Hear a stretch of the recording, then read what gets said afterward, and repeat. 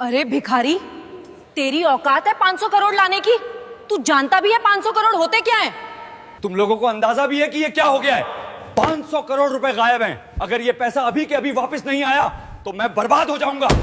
अगर कोई 500 करोड़ रुपए वापस ले आया तो मैं उसे 10 करोड़ रुपए इनाम दूंगा। सुबह के ठीक 7 बजे थे। शहर अभी पूरी तरह जागा भी नहीं था, लेकिन मेघराज चौक पर कूड़े की गंध और बसों का शोर पहले से मौजूद था। वहीं फुटपाथ के किनारे फटे हुए बोरे के साथ 12 साल का नील झुका हुआ था। वह प्लास्टिक की बोतलें और टूटी तारें चुन रहा था। उसके हाथों पर जमी गंदगी स्थायी लगती थी, जैसे किसी ने उस पर अनदेखा होने की मुहर लगा दी हो। नील बोलता कम था। लोग समझते थे वह डरपोक है या मंदबुद्धि। सच्चाई यह थी कि वह सुनता बहुत था। बातें, आवाजें, मशीनों की। जब लोग बोलते थे वह शब्द पकड़ता था। जब मशीनें चलती थीं वह पैटर्न पकड़ता था। ठीक उसके सामने शहर का सबसे बड़ा निजी बैंक खड़ा था। शीशे की ऊंची इमारत। हर सुबह काली गाड़ियों से सूट पहने लोग उतरते, मोबाइल पर चिल्लाते हुए अंदर जाते। नील को अंदर जाने की इजाजत कभी नहीं मिली थी। गार्ड हर बार एक ही शब्द कहता था, भाग यहां से। नील मुस्कुरा देता था और फिर कूड़े में झुक जाता था। उसी बैंक की दीवार से सटा एक पुराना ट्रांसफॉर्मर बॉक्स था। नील अक्सर उसके पास बैठकर सूखी रोटी खाता था। उसे वहां से एक अजीब सी भनभनाहट सुनाई देती थी। बाकी लोगों के लिए वह शोर था, नील के लिए भाषा। उस दिन दोपहर को माहौल बदला हुआ था। बैंक के अंदर अचानक अफरा तफरी मच गई। कर्मचारी अपनी सीटों से उठ खड़े हुए। मैनेजर्स के चेहरे पीले पड़ गए। एक के बाद एक फोन बजने लगे। ऊपर की मंजिल पर बोर्डरूम में चीख सुनाई दी, 500 करोड़ गायब हो गए हैं। यह कोई अफवाह नहीं थी। बैंक के मेन सर्वर से 500 करोड़ गायब हो गए हैं। करोड़ रुपए ऑनलाइन ट्रांसफर हो चुके थे। पैसा न किसी ग्राहक के खाते में था, न किसी विदेशी बैंक में। वह सिस्टम से जैसे फिसलकर हवा में घुल गया था। आईटी टीम दौड़ पड़ी। सर्वर लॉग्स खोले गए, फायरवॉल चेक हुए, साइबर सिक्योरिटी एक्सपर्ट्स को कॉल गया, पुलिस को सूचना दी गई। हर मिनट के साथ बैंक की साख डूब रही थी। बाहर फुटपाथ पर बैठा नील यह सब देख रहा था। उसे कुछ अजीब लगा। बैंक के बैकअप सर्वर की एग्जॉस्ट फैन की आवाज बदली हुई थी। वह लय में नहीं चल रही थी। बीच बीच में एक हल्का सा ठहराव था, जैसे कोई सांस रोक रहा हो। नील उठ खड़ा हुआ। उसने बोरा नीचे रखा और दीवार के पास कान लगा दिया। उसकी आंखें सिकुड़ गईं। यह चोरी नहीं है, वह बुदबुदाया। यह रूट रीडायरेक्शन है। नील को याद आया अपनी मां का चेहरा। मां जो कभी इसी बैंक में क्लीनर थी। एक रात एक्सीडेंट में चली गई। उसके बाद नील सड़क पर आ गया। मां के पास एक पुराना कीपैड फोन था और उसमें कुछ नोट्स। नंबर नहीं, पैटर्न। नील ने जेब से वह मुड़ा तोड़ा कागज निकाला जिस पर उसने खुद से बनाए निशान लिख रखे थे। वह रोज मशीनों को देखकर नई चीजें समझता और निशान बनाता था। बैंक के अंदर घबराहट बढ़ रही थी। बाहर एक कूड़ा बिनने वाला लड़का खड़ा था, जिसकी नजरें शीशे के पार सर्वर रूम की दीवारों के आर पार देख रही थीं। नील ने गहरी सांस ली। अगर अब नहीं बताया, उसने खुद से कहा, तो पैसा हमेशा के लिए चला जाएगा। उसने बोरा उठाया और बैंक के मुख्य गेट की तरफ बढ़ गया। गार्ड ने उसे देखते ही डंडा उठाया। कहा था ना, यहां मत आना। नील रुका नहीं। उसने पहली बार सीधा आंखों में देखकर कहा, साहब, जो पैसा गया है वो अभी भी इसी बैंक में है। गार्ड हंसा, लेकिन अंदर कहीं ऊपर एक अलार्म और तेज हो गया। और यहीं से कहानी शुरू होती है। गार्ड की हंसी अभी पूरी भी नहीं हुई थी कि बैंक के अंदर से एक महिला बाहर आई। नीले रंग की साड़ी, गले में आईडी कार्ड और चेहरे पर साफ घबराहट। वह बैंक की senior operations manager Radhika Mehta थी। पिछले 20 मिनट से वह लगातार आईटी टीम और हेड ऑफिस के बीच फंसी हुई थी। उसकी नजर नील पर पड़ी। क्या कहा तुमने? उसकी आवाज सख्त थी, लेकिन आंखों में थकान साफ दिख रही थी। गार्ड ने झट से कहा, मैडम, यह कूड़ा बिनने वाला है, झूठ बोल रहा है। नील ने सिर झुकाया, फिर धीरे से बोला, मैडम, पैसा बाहर नहीं गया। सिस्टम ने खुद रास्ता बदला है। अगर अभी कुछ नहीं किया गया तो 3 घंटे बाद वो पैसा अपने आप मिट जाएगा। यह सुनते ही राधिका का दिल धक से रह गया। तुम्हें कैसे पता? उसने बिना सोचे पूछ लिया। नील ने बैंक की दीवार की तरफ इशारा किया। आपके बैकअप सर्वर का फैन 30 सेकंड में एक बार रुक रहा है। ऐसा तब होता है जब लोड जानबूझकर घुमाया जाता है। यह चोरी नहीं है, यह ट्रैप है। वह बोलते समय न घबरा रहा था न तेज, जैसे यह सब उसके लिए नया नहीं था। राधिका ने एक पल सोचा। अंदर आईटी हेड चिल्ला रहा था कि डेटा फ्लो समझ नहीं आ रहा। पुलिस रास्ते में थी, मीडिया को भनक लगने ही वाली थी। उसने गार्ड को देखा। इसे अंदर आने दो। गार्ड चौंक गया। मैडम, यह, मैंने कहा, अंदर आने दो। नील पहली बार बैंक के अंदर गया। एयर कंडीशन की ठंडी हवा से वह सिहर गया। फर्श इतना चमकदार था कि उसमें अपना गंदा चेहरा देखकर उसे झिझक हुई। लोग उसे घूर रहे थे। कोई फुसफुसाया, ये बच्चा क्या करेगा? नील को इससे फर्क नहीं पड़ा। राधिका उसे सीधे आईटी फ्लोर पर ले गई। वहां 5 लोग 5 लैपटॉप और बड़ी स्क्रीन के सामने खड़े थे। स्क्रीन पर लाल रंग की लाइनें और नंबर भाग रहे थे। आईटी हेड ने गुस्से में कहा, मैडम, अभी समय नहीं है, यह मजाक नहीं है। नील ने स्क्रीन की तरफ देखा और तुरंत बोला, आप लोग गलत लॉक देख रहे हैं, असली रास्ता छुपाया गया है। कमरे में सन्नाटा छा गया। यह बच्चा हमें सिखाएगा? किसी ने तंज कसा। नील पास गया। उसने स्क्रीन के कोने में दिख रहे एक छोटे से टाइम स्टैम्प की तरफ इशारा किया। यह देखिए, हर बार ट्रांजैक्शन से 1 सेकंड पहले टाइम पीछे जा रहा है। यह मैनुअल नहीं हो सकता। आईटी हेड ने झुककर देखा। उसका चेहरा बदल गया। यह तो असंभव है। नील ने पहली बार सिर उठाकर सबको देखा। असंभव नहीं है सर। जिसने यह किया है उसने पैसा चुराया नहीं, उसने बैंक को खुद से लड़ने पर मजबूर कर दिया है। राधिका की आवाज कांप गई। तो पैसा वापस आ सकता है? नील ने हल्की सांस ली। आ सकता है, लेकिन अगर देर हुई तो नहीं। घड़ी की टिक टिक तेज लगने लगी और उसी पल नील ने कहा, मुझे एक कंप्यूटर चाहिए। इंटरनेट नहीं, सिर्फ लोकल एक्सेस। कमरे में कोई बोला नहीं। पहली बार बैंक के सबसे बड़े संकट में सबकी नजरें एक कूड़ा बिनने वाले लड़के पर टिकी थीं। और नील जानता था, अब पीछे हटने का कोई रास्ता नहीं है। कमरे में एक अजीब सा सन्नाटा था। एयर कंडीशनर की ठंडी हवा चल रही थी, लेकिन किसी को ठंड महसूस नहीं हो रही थी। सबकी नजरें नील पर थीं। वह कुर्सी पर बैठा नहीं था, वह खड़ा था, जैसे बैठना उसके लिए फालतू की चीज हो। आईटी हेड ने हिचकिचाते हुए एक सिस्टम उसकी तरफ घुमा दिया। यह लोकल मशीन है, नेटवर्क से कटी हुई। अगर कुछ गलत हुआ तो भी फर्क नहीं पड़ेगा, नील ने बीच में कहा। जो नुकसान होना था वो हो चुका है। उसने कीबोर्ड को ऐसे छुआ जैसे कोई पुराना दोस्त हो। उंगलियां गंदी थीं, लेकिन चलने में झिझक नहीं थी। स्क्रीन पर एक काली विंडो खुली। राधिका ने घड़ी देखी। नील, हमारे पास ज्यादा समय नहीं है। नील ने सिर हिलाया। मुझे पता है। उसने टाइप करना शुरू किया। कोई तेजी नहीं, कोई दिखावा नहीं। हर कमांड सोचकर, जैसे वह पहले ही यह सब कर चुका हो। आईटी टीम स्क्रीन पर उभरते टेक्स्ट को पढ़ने की कोशिश कर रही थी, लेकिन वह उनकी समझ से बाहर था। एक इंजीनियर ने धीरे से कहा, यह तो सिस्टम के अंदर का रास्ता है, यह एक्सेस हमारे पास भी नहीं है। नील बोला नहीं। उसने अगली लाइन डाली। अचानक स्क्रीन पर एक मैप खुला। यह किसी बैंक अकाउंट का नहीं था, यह डेटा के बहाव का नक्शा था। तीर, घुमाव, बंद रास्ते। नील ने एक जगह उंगली रखी। यहीं फंसा है पैसा। लेकिन यहां तो कोई अकाउंट ही नहीं है, आईटी हेड ने कहा। नील ने उसकी तरफ देखा। क्योंकि यह अकाउंट नहीं है, यह एक खाली कमरा है। सिस्टम ने खुद बनाया है। राधिका की आंखें फैल गईं। सिस्टम ने? हां, नील बोला। जब किसी को सिस्टम के दिल तक पहुंचने की कोशिश करते पकड़ लिया जाता है, तो पुराना कोर एक फर्जी रास्ता बना देता है। पैसा उसमें चला जाता है। बाहर से लगता है चोरी हो गई, लेकिन असल में सिस्टम खुद उसे छुपा लेता है। कमरे में किसी ने सांस तक नहीं ली। आईटी हेड ने धीमी आवाज में कहा, लेकिन ऐसा फीचर तो कहीं डॉक्यूमेंटेड नहीं है।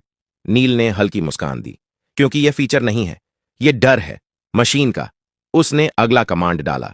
स्क्रीन पर लाल चेतावनी चमकी। वार्निंग, डेटा कोलैप्स इन 17 मिनट्स। राधिका के हाथ कांप गए। इसका मतलब? नील ने कहा, अगर यह कमरा ढह गया तो पैसा किसी का नहीं रहेगा, न चोर का न बैंक का। आईटी टीम में खलबली मच गई। तो जल्दी करो, कोई बोला।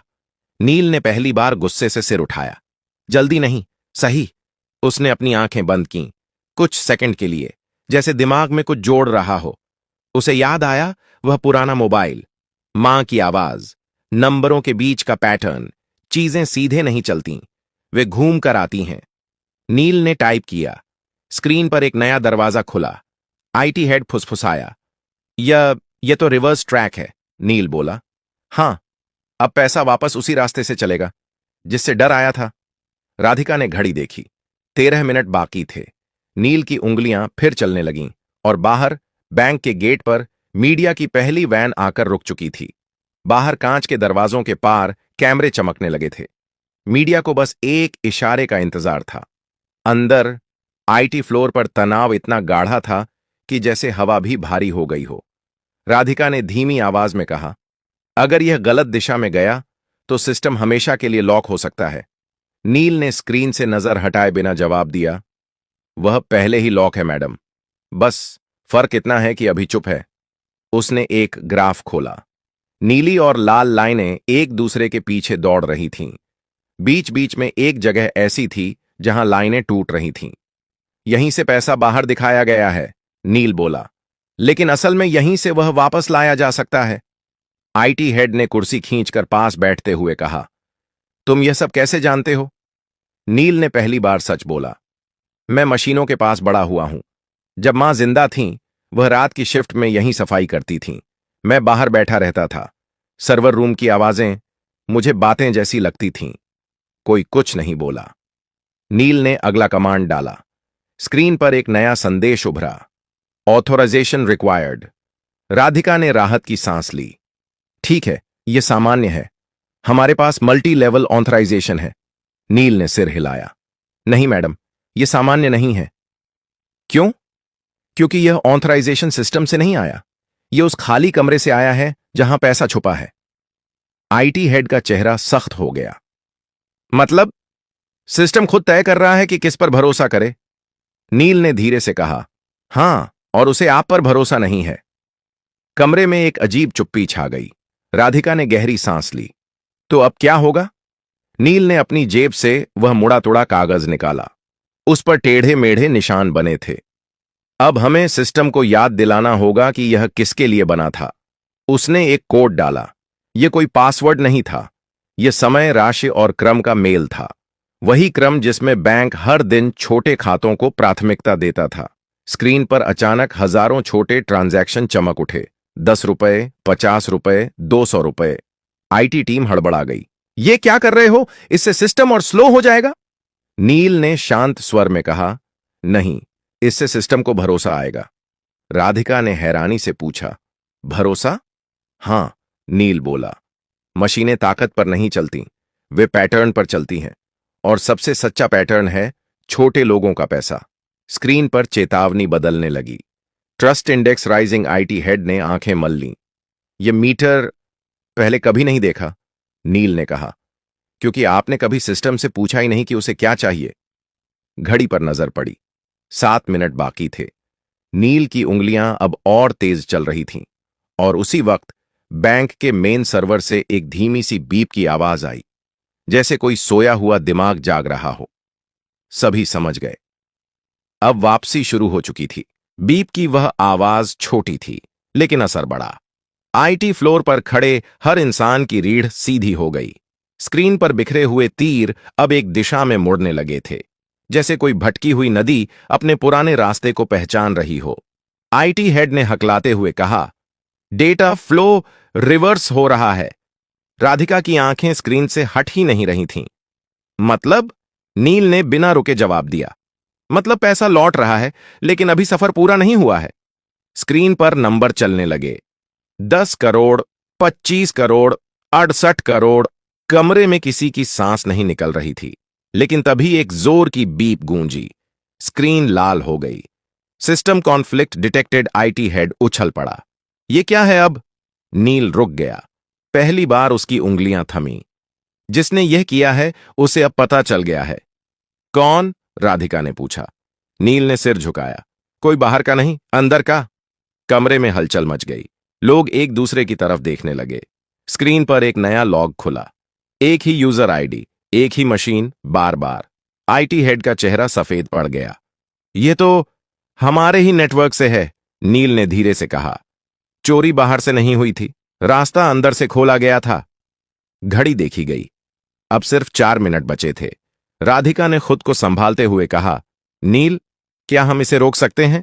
नील ने जवाब देने से पहले एक गहरी सांस ली। हां, लेकिन इसके लिए मुझे सिस्टम को पूरी तरह बंद करना होगा, 30 सेकंड के लिए। कमरे में हड़कंप मच गया। क्या? यह नामुमकिन है। पूरा बैंक ठप हो जाएगा। नील ने पहली बार सबको सीधे देखा। अगर नहीं किया तो पैसा आधे रास्ते में फंस जाएगा, ना आपका रहेगा ना चोर का। राधिका ने आंखें बंद की एक पल के लिए, फिर बोली, करो। आईटी हेड ने चौंक कर उसकी तरफ देखा। मैडम, मैं जिम्मेदारी लेती हूं। नील ने आखिरी कमांड तैयार किया। उसकी उंगलियां हल्की कांप रही थीं, लेकिन दिमाग साफ था। उसे मां की आवाज याद आई, डर लगे तो भी सही काम मत छोड़ना। उसने एंटर दबाया। पूरे बैंक की लाइटें एक साथ बुझ गईं। कंप्यूटर, एटीएम, सब कुछ। बाहर मीडिया चिल्ला उठा, बैंक बंद हो गया, पैसा डूब गया। अंदर घुप अंधेरा था। फिर 1 सेकंड बाद, 2 सेकंड बाद, तीसरे सेकंड पर एक हरी लाइट जली, फिर दूसरी, फिर पूरी स्क्रीन। सिस्टम वापस आ चुका था और इस बार पैसे के नंबर एक एक करके सही खाते में लौट रहे थे। 100 करोड़, 250 करोड़, 400 करोड़। आईटी हेड की आंखों से आंसू निकल आए। हो गया।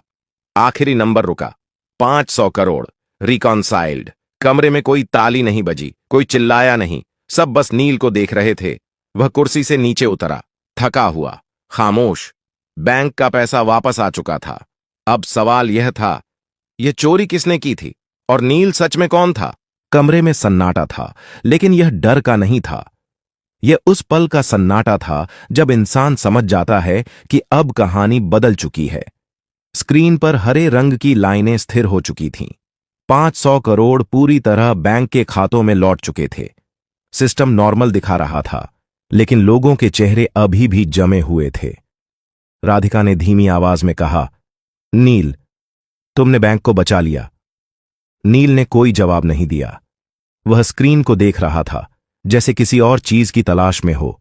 आईटी हेड ने राहत की सांस लेते हुए कहा, हमें तुरंत यह पता लगाना होगा कि अंदर से यह किसने किया। नील ने गर्दन हिलाई। सिस्टम खुद बता देगा। कैसे? किसी ने पूछा। नील ने एक आखिरी लॉग खोला। यह आम यूजर लॉग नहीं था। यह वह लेयर थी जहां सिर्फ तब एंट्री होती है जब कोई सिस्टम को धोखा देने की कोशिश करता है। स्क्रीन पर एक नाम उभरा। कोई टेक्निकल कोड नहीं, कोई फर्जी आईडी नहीं, एक साफ नाम, बैंक के डिप्टी टेक्नोलॉजी डायरेक्टर का। कमरे में जैसे हवा निकल गई। आईटी हेड कुर्सी पर बैठ गया। यह मुमकिन नहीं है, नील ने शांत स्वर में कहा। मुमकिन है, क्योंकि उसे सिस्टम की आदतें पता थीं।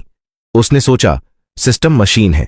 उसे यह नहीं पता था कि मशीन याद भी रखती है। राधिका ने तुरंत फोन उठाया। सिक्योरिटी को ऊपर भेजो, अभी। कुछ ही मिनटों में उस अधिकारी को कमरे में लाया गया। चेहरा पीला, आंखें नीचे। वह कुछ बोल नहीं रहा था। राधिका ने सख्त आवाज में पूछा, आपने यह क्यों किया? वह चुप रहा। नील आगे बढ़ा। क्योंकि आप सोच रहे थे कि पैसा बाहर निकल जाएगा और सिस्टम आपको पहचान नहीं पाएगा। लेकिन आपने एक गलती की। आदमी ने पहली बार सिर उठाया। कौन सी? आपने छोटे खातों को नजरअंदाज किया, नील बोला। आपने सिर्फ बड़े ट्रांजैक्शन देखे। सिस्टम ने आपको वहीं पकड़ लिया। आदमी टूट गया। मुझे कर्ज में डुबो दिया गया था। मुझे रास्ता नहीं दिखा। राधिका ने सिक्योरिटी को इशारा किया, ले जाइए। जब वह बाहर गया तो किसी ने राहत की सांस ली, किसी ने शर्म की। नील अब दरवाजे की तरफ बढ़ने लगा। राधिका ने चौंक कर कहा, रुको, तुम कहां जा रहे हो? नील रुका। मेरा काम हो गया मैडम। काम? उसकी आवाज भर आई। तुम्हें पता है तुमने क्या किया है? बैंक, ग्राहक, पूरा सिस्टम। नील ने धीरे से कहा, मैंने सिर्फ जो गलत था उसे सही किया है। राधिका आगे बढ़ी। तुम्हें इनाम मिलेगा, नौकरी मिलेगी, पढ़ाई, सब कुछ। नील ने पहली बार हल्की मुस्कान दी। अगर आप सच में कुछ देना चाहती हैं तो एक काम कीजिए। क्या? बाहर जो बच्चे कूड़ा बीनते हैं ना, नील बोला, उनके लिए सिस्टम बनाइए, ऐसा सिस्टम जो उन्हें अनदेखा न करे। राधिका कुछ बोल नहीं पाई। नील दरवाजे से बाहर निकल गया। वही फटा बोरा, वही गंदे हाथ। लेकिन अब बैंक की दीवारें उसे देख रही थीं, क्योंकि सिस्टम तो बच गया था। अब इंसानों की बारी थी। बैंक के बाहर शाम ढल चुकी थी, लेकिन भीड़ कम नहीं हुई थी। कैमरे अब भी चमक रहे थे। रिपोर्टर एक दूसरे को धक्का देकर आगे आने की कोशिश कर रहे थे। सबको एक ही खबर चाहिए थी। 500 करोड़ कैसे लौटे? राधिका कांच के दरवाजे के पास आकर रुकी।